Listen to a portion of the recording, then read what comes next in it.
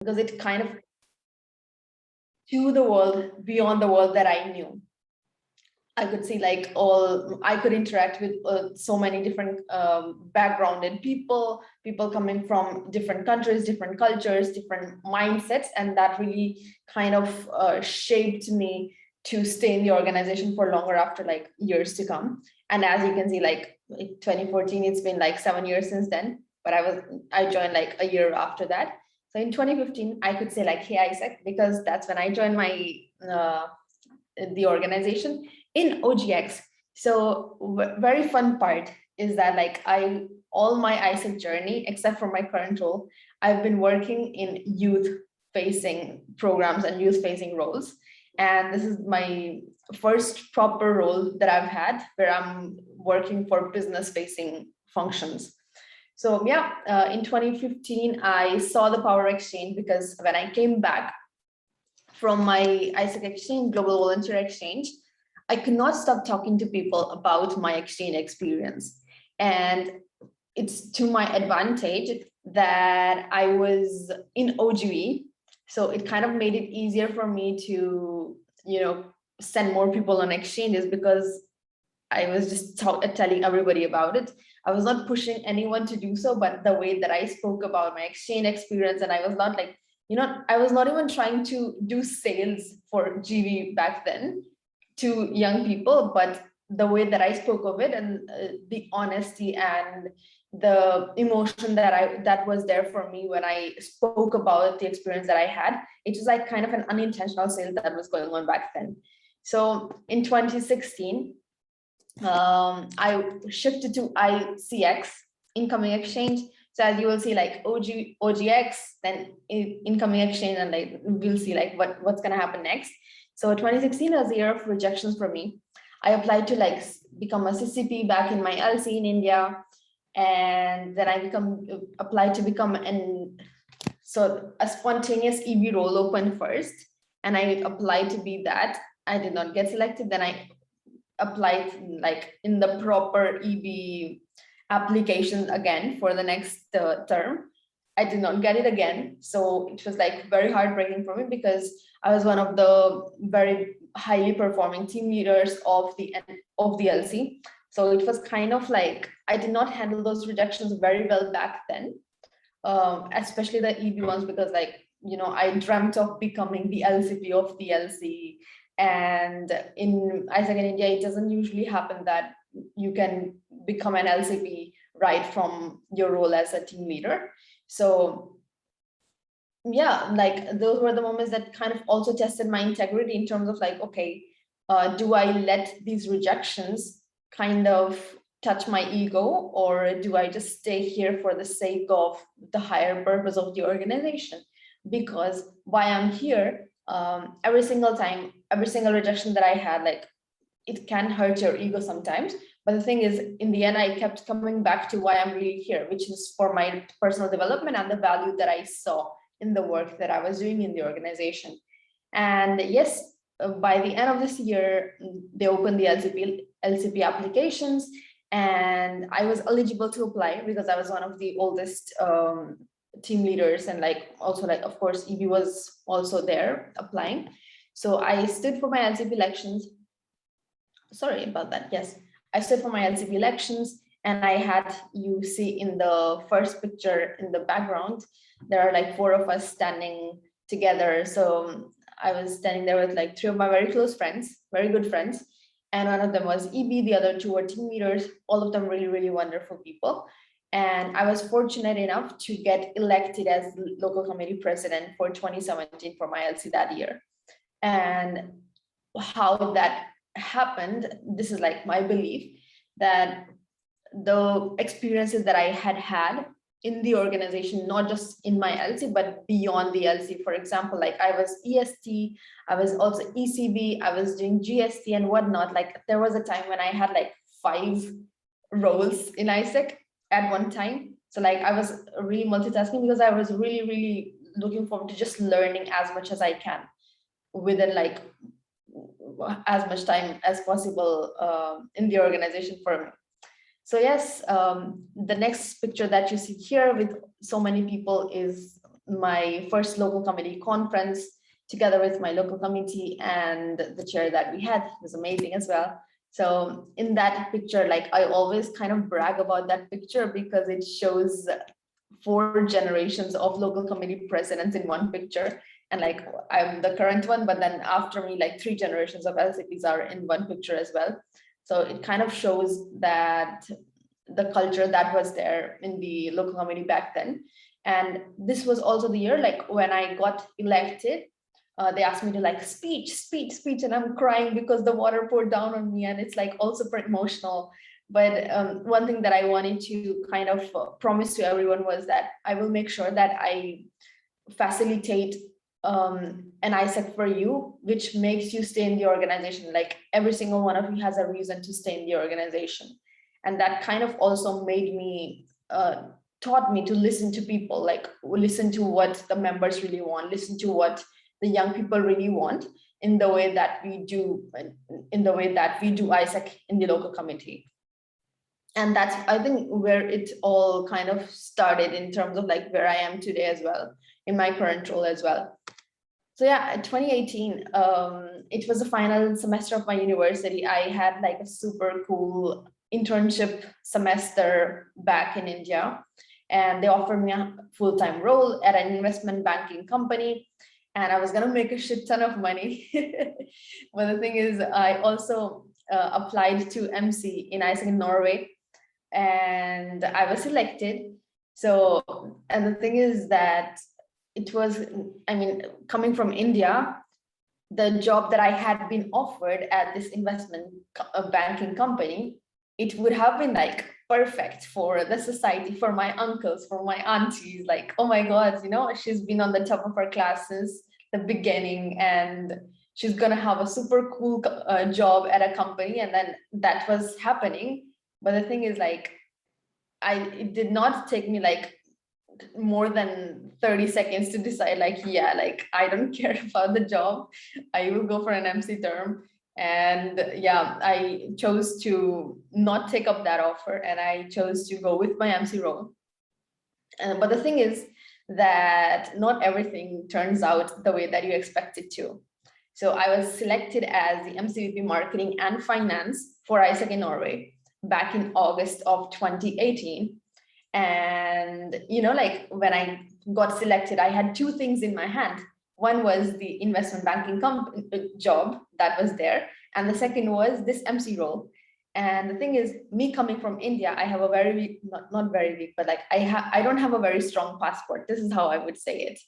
So it took them like 1 year to give me the visa. And how long is an MC term? It's 1 year.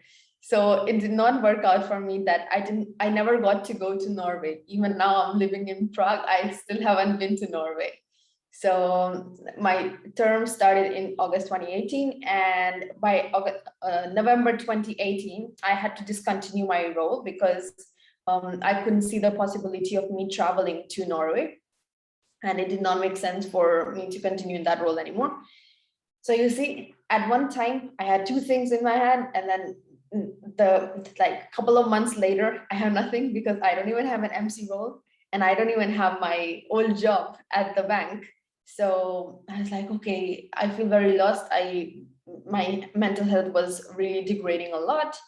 And, you know, these are the moments when you really start to kind of assess, okay, what if I made the wrong choice back then?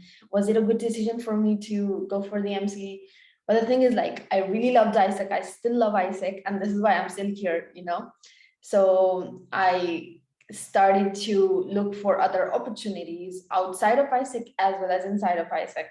And that's when I came to my next role, for which I was selected in January of 2019, which was becoming the seeder for global partners. And global partners, yes, but the digital marketing part of it. So all the global campaigns that you saw in 2019. I don't know if you joined ISEC in 2019, but 2019 and 2020, all the global partners digital campaigns, I was the one creating them. So like I got this incredible opportunity to be there with my predecessor in this picture. You see, she's currently working at Mind Valley. And because of this role, I got to be like in a lot of showcasing teams, working especially for the global partners. And that kind of also taught me a lot of skills in terms of like how I communicate with them, how I deal with external stakeholders and everything. And how I also am very customer centric, because the campaigns that I'm creating or the content that I'm creating for the partners should not reflect just ISEC, because that's not what they pay us for. They don't pay us for representing ISEC. They pay us for representing their brand according to ISEC. This is what I am expert in terms of my role at that point of time. And because of that, like I was in Tunisia, I was in Russia, went to like international conferences, wherever global partners were, I was there. So that was a very, very incredible role for me. And I got to like interview so many people, so many global partners. So that was a very good learning experience for me. And that's how I ended up in 2021, this year. So actually, like before this year, before this year itself, I applied for ISEC International last year. And this picture that you see here called Limitless, it's actually my theme for my ISEC International candidature. And it did not work out. I got rejected from that. And the thing is, like, it is okay, because ISEC kind of prepared me for whatever is gonna come next for me. And ISEC kind of also made me get used to rejections, not in terms of like, yeah, you get rejected every time, but to take rejections in a better light, to take rejections and continue your trust in the process. Because like, if I did not trust the process, I could have just left ISEC when I did not have my MC term going on, and then I did not even have a job. I could have just been like, okay, I'm gonna just start looking for jobs around me. There was nothing wrong with that, but that's not what I wanted. So I stayed in the organization, I looked for opportunities, and that's how I came to my current role, which is the regional office. And right now, without a doubt, I'm living the best team experience in my entire ISEC journey, in my entire life. I have two teams that I'm a part of. One is the people that you see with the guys in the picture. It's my regional office team. And the second picture that you see with just girls, it's the global sales team. So I have the honor and privilege to work with these amazing people who are so committed to the organization, who are so, yes, Fatih's there as well. She's your ISEC in Malaysia alum as well. She's amazing. And yes, the thing is, this is like my first ever concrete proper role where I'm doing business development for the first time in my life, like actually doing sales. In my previous role with the global partners, it was more on the digital marketing perspective. So the thing is, my whole transition from doing like youth-faced operations or like products, I was doing ICX, OGX, then I did marketing as well, which was basically like B2C, most of it. And then back in my LCP term, I was also doing a bit of TM and like a little bit of finance. I was MCP marketing and finance. So the thing is, how does a person who's never done sales end up leading sales for a region? Like, I get selected for regional office and I get selected for regional manager for business development. And I'm like, I don't even know, like, I've never even done sales. But the thing is, it's very exciting for me because I've learned to trust the process. And yeah, the thing is, one of the questions that they asked me in the interview, and this was in the functional interview for my regional manager role, was how do you deal with the rejections? And you know, I shared with you like the rejection that I've had in ISEC, and also like, you know, the things that did not work out in general for me. And the thing is, my whole ISEC journey actually prepared me for this role, because like this was one of the key things that they look for. And this is also one of the things that they evaluate for ISEC International as well. How are you able to deal with rejections? How are you able to solve problems? How are you able to kind of be customer oriented?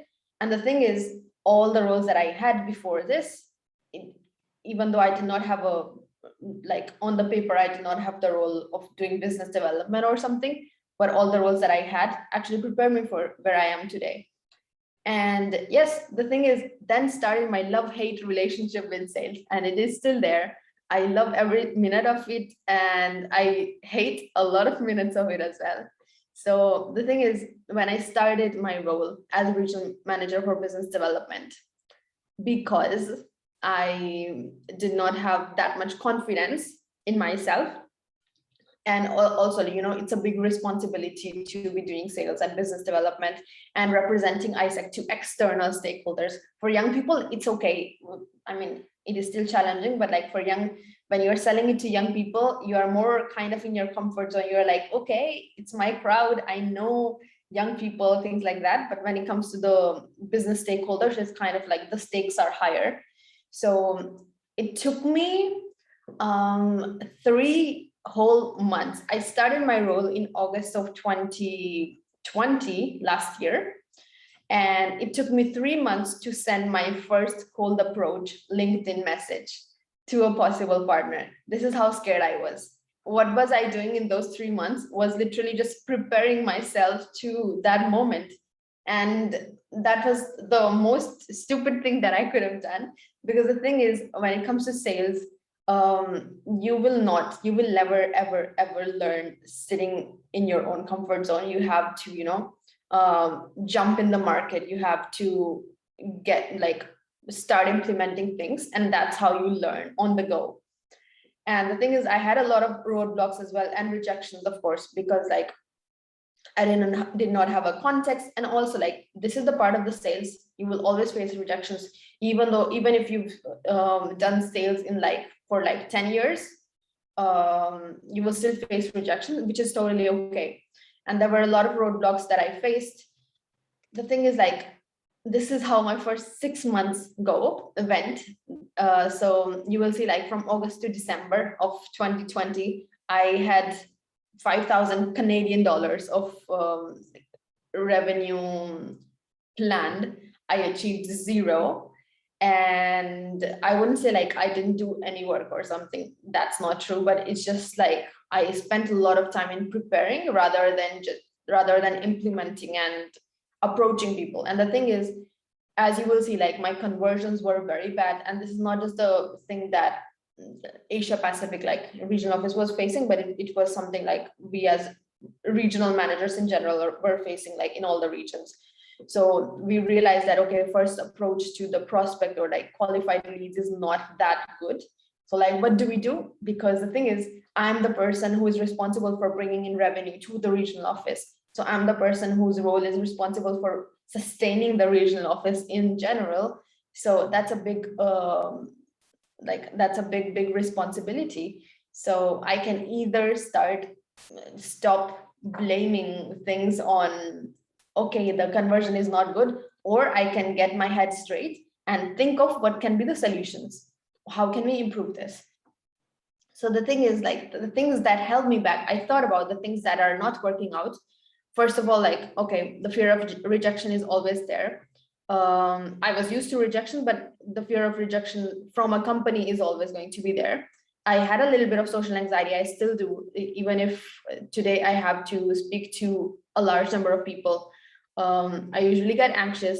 Right now, I don't feel that much anxious, but usually I get it. And the third question was what can I sell in this context?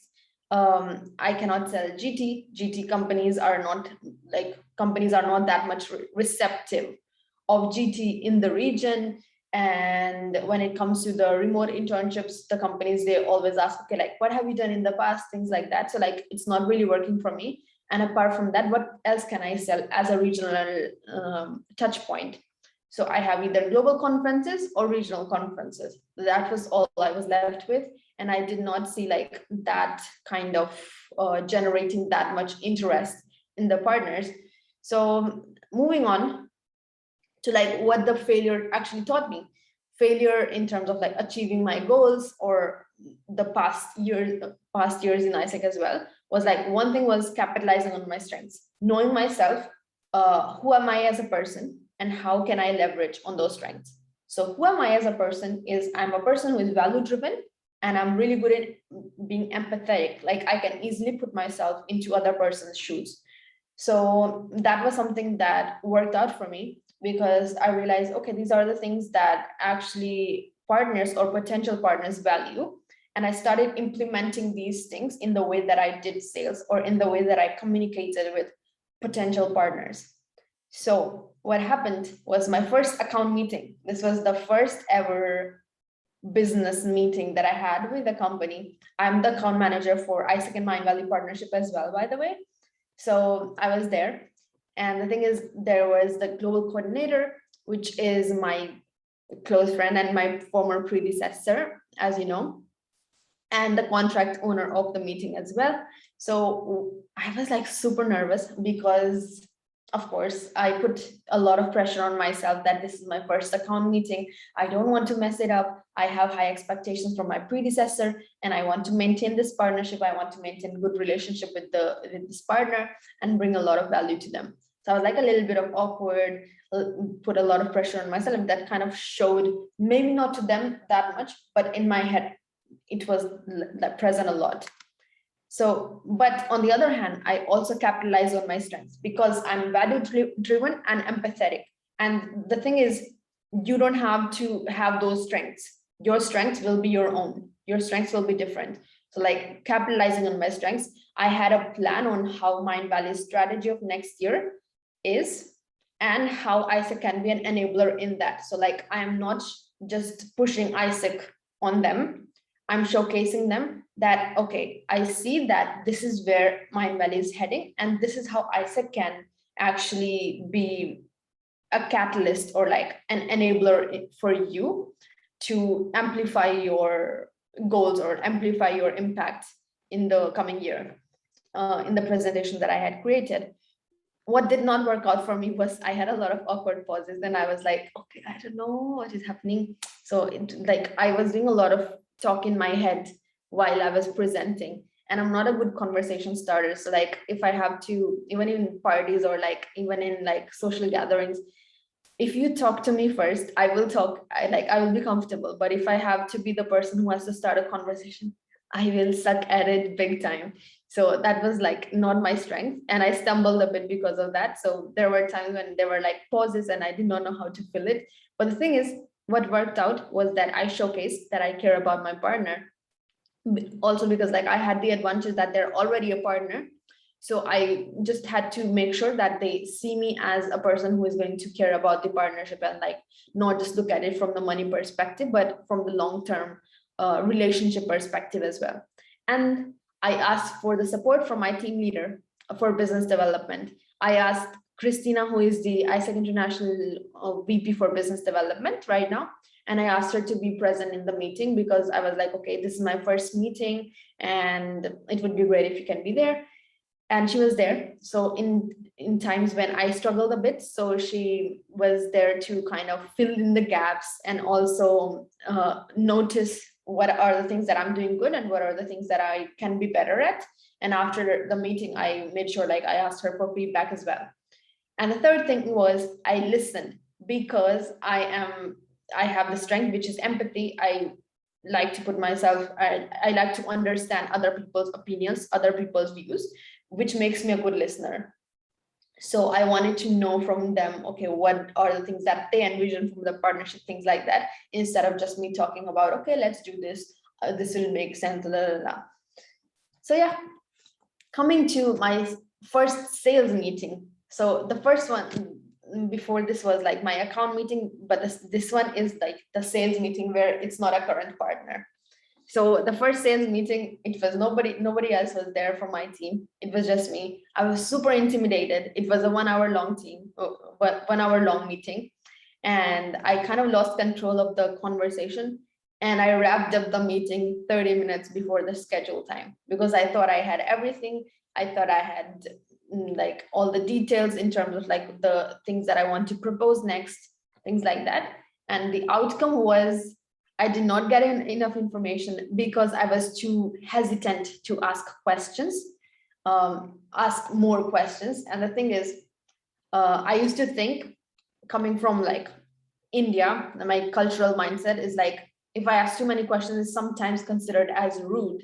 But the thing is, companies actually, when it comes to businesses, they actually appreciate it when you are trying to, understand more about what their challenges are, when you actually care to know more about them instead of telling them about yourself.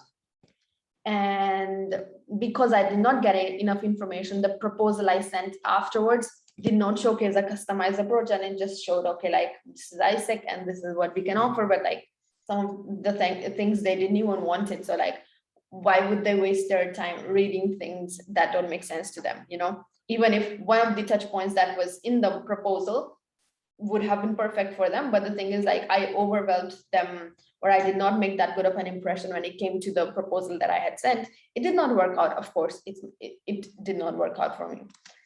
And after that first meeting, what I did was I established a ritual. And this is the ritual until today I follow. Like, after every single sales meeting that I have, I always take down notes on what went well in that meeting and what can be better next time. And every single time, every single time, even when I'm, you know, doing the sales meeting, like, I'm constantly assessing myself. Okay, like, this is the thing that I can do better. These are the phrases that I can use less, and I capitalize on my strengths, like I told you before, and have a proper questioning strategy. I do not hold myself back when it comes to asking questions. There are some parts of the questioning strategy where I still feel a bit uncomfortable because of my cultural background. But the thing is, like apart from that, it kind of gives me a proper picture of what the partner needs. And that's how things have been happening so far.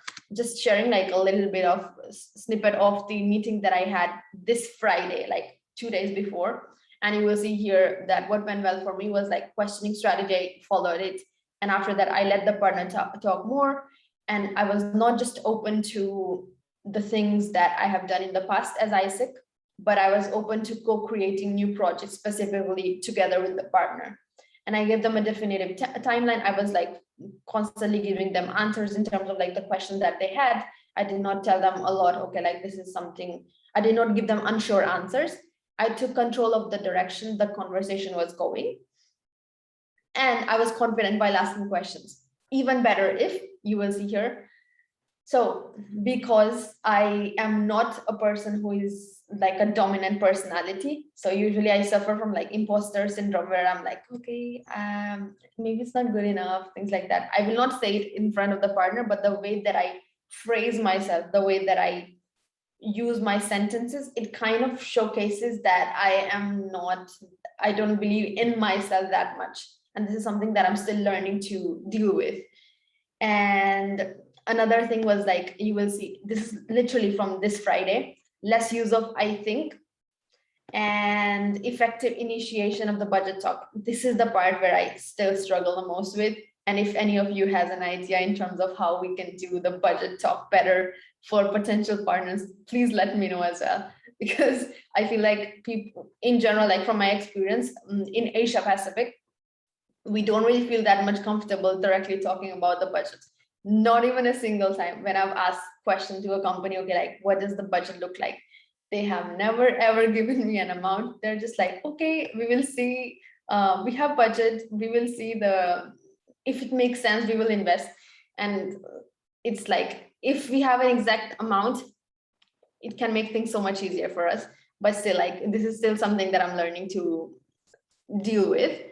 Yeah, so another, some of the roadblocks, cold approaches, like I told you, they did not work for me and my global sales team as well. And the avenues of regional engagement were less. These are like some of the messages that I sent for like cold approaches. Some of them had received responses, but like the conversion was super less. The thing is, then I stopped and thought to myself, who are we if we are not solution oriented? You know, we are ISECers, we are made to be solution oriented. So I did not give up, and I kept improving on my approaches. I listened to the customers, listened to the people that I was meeting with, listened to the companies that I was talking to. I listened to the entities.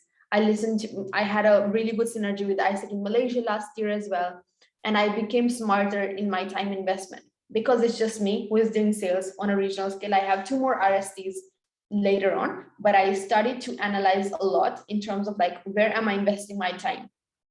If cold approaches is something that does not work for me, how can I kind of skip the part of cold approaches? How can I make a culture of referrals or like warm leads from the entities or from my teams?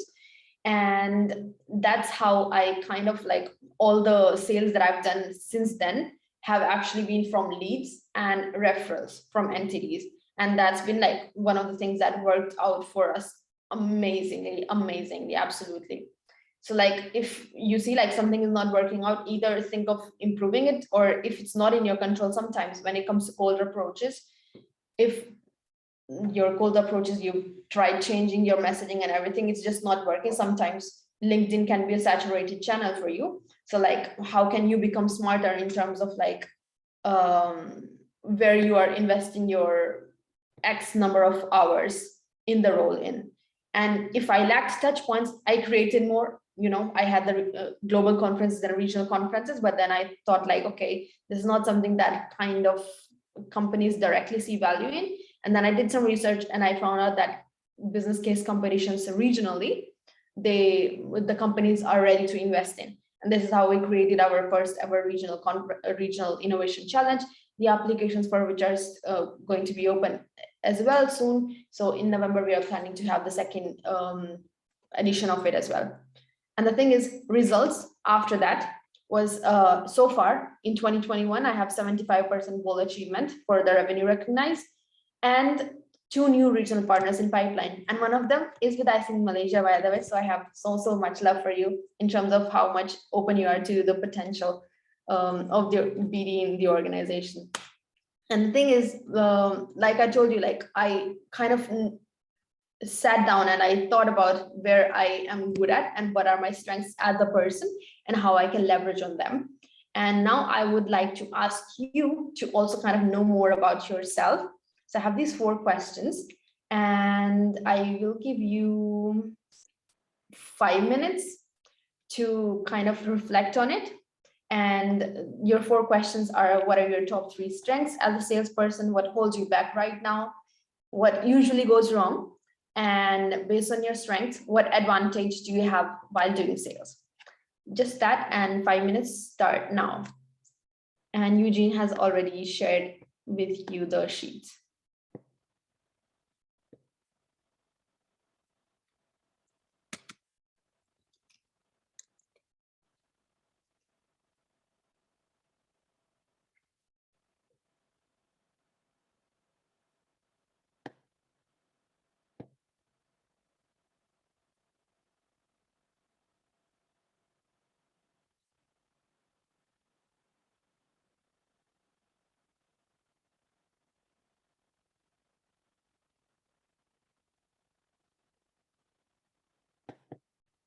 Give me 5 more minutes. Hesitant to do. And based on my strengths, the advantage that I have for doing sales is that I'm willing to let the customer voice out whatever he or she wants. And then it's best that if they are direct. Like I say that if you have any problems or because I would like to know how we can help you, and then we can grow mutually together, not just you are just adding benefit to us. Yeah, because that's what a partnership is. So yeah, I think that's all from me. Thank you. Thank you so much for that sharing. I can definitely say like I've done a lot of sales meetings together with like people from Malaysia, like somebody who's representing the regional headquarter and is based in Malaysia. And this is something that I've seen as well. Like people from Malaysia usually appreciate like direct like feedback or like direct inputs as well. And the way that you're talking right now, I'm sure like you reflect that as well. Like you are honest and like you can start conversations well, and you have like that kind of very extroverted energy. And I can see like that is going to work for you well. So all the best with everything. I really look forward to seeing like how your journey goes. The thing is like all of us are doing sales, whether it's BD, whether it's GB, or like whether it's GT sales, whatever it is. What is the best part about doing sales in ISIC? And I will open the floor to all of you to actually write in the chat. What do you think is the best part about it? Doing sales in ISIC. You can write in the chat.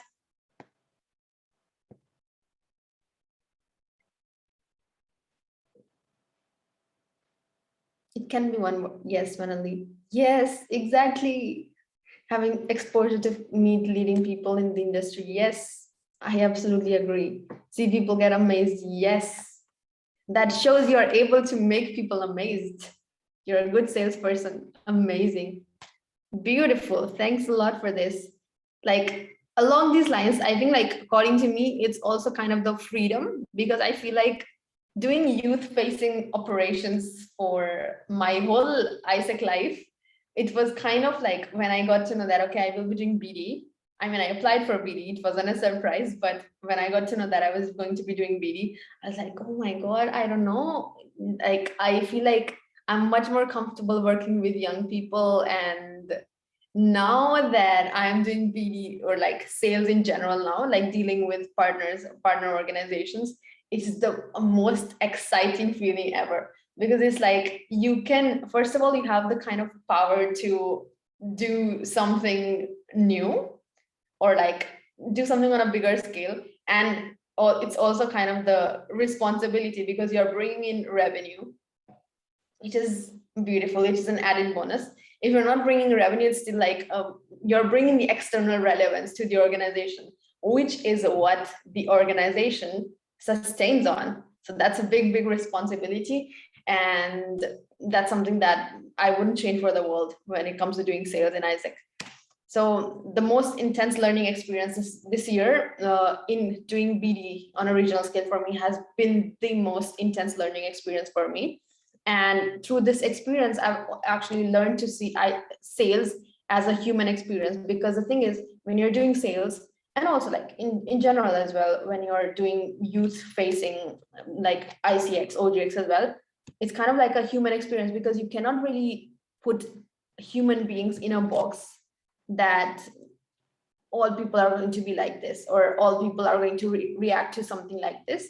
And this is something which opens like infinite possibilities for you to learn more and become like more emotionally conscious in terms of like how you deal with people, how you solve problems, because every business has going to have a different problem altogether, and that just keeps on getting better for you because you are so much experienced. And it's going to be like different challenges every single day. So it's not like one loop in terms of like you're doing the same thing every single day. No.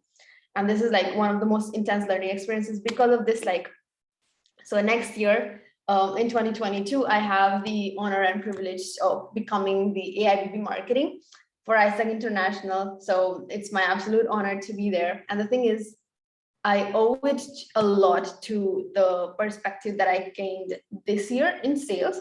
And of course, my 6 years in ISEC in general, which taught me resilience. And I will be doing marketing. Again, I did youth-facing operations and marketing all my ISEC life. And then I shifted to business development, for which I was scared that, oh my God, I don't know if I will like business development. And now I'm shifting to marketing again. And I'm like scared back again that, oh my God, I don't know. I will miss doing sales with marketing. So like one of my strategies, or like one of the things that I really, really want to do, I haven't really shared it with anyone, is that right now I want to, in my term, I want to work a lot on the B2B strategy. It's not confirmed yet, but this is one of the things that I really, really feel for. And because I really want to support the sales network in the organization to be more efficient. So let's see how things are going to be, but I'm very excited for what lies ahead. And the thing is, like, ISEC Malaysia, I've worked a lot with you in the past almost 18 months.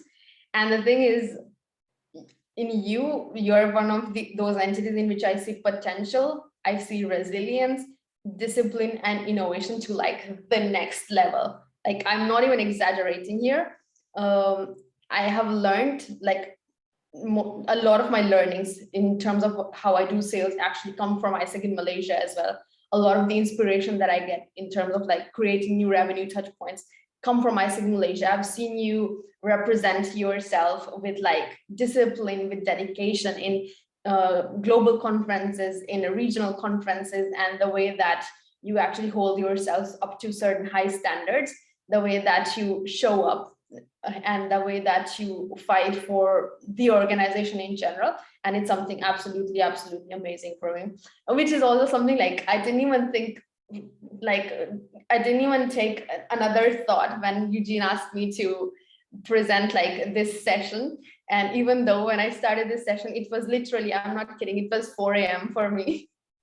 Right now it's 5 a.m. here in Prague, but like because I love eye simulation, I see like all that you can do. So it's not even like a question for me to not be here, like not have this opportunity and not interact with you. So the thing is, like, you are stronger than you think you are. I hope you know that you're strong, like you're super strong, and you're standing on the shoulders of the giants. So like, do not hold yourself back and let your potential blossom. I know that your MC name is MC Blossom, like as I got to know as well. So you're an amazing entity. You've done amazing things, and I can see from the energy in this room right now, like all also like the kind of conversation that I've had in the past, you definitely have a bright road ahead. And all the people that are here, if you're from local committees, stay in the organization like until the point you see potential for you to learn more. And yeah, the moment that you don't, then you can consider leaving the organization, but like try to give the organization a shot for staying here for longer and taking up more opportunities. So yes, this is what I have to say. Thank you so much. It's been an absolute honor for me. If you want, you can connect on Instagram or something. Yes, it's been an absolute honor for me to be here. Thanks a lot for your time.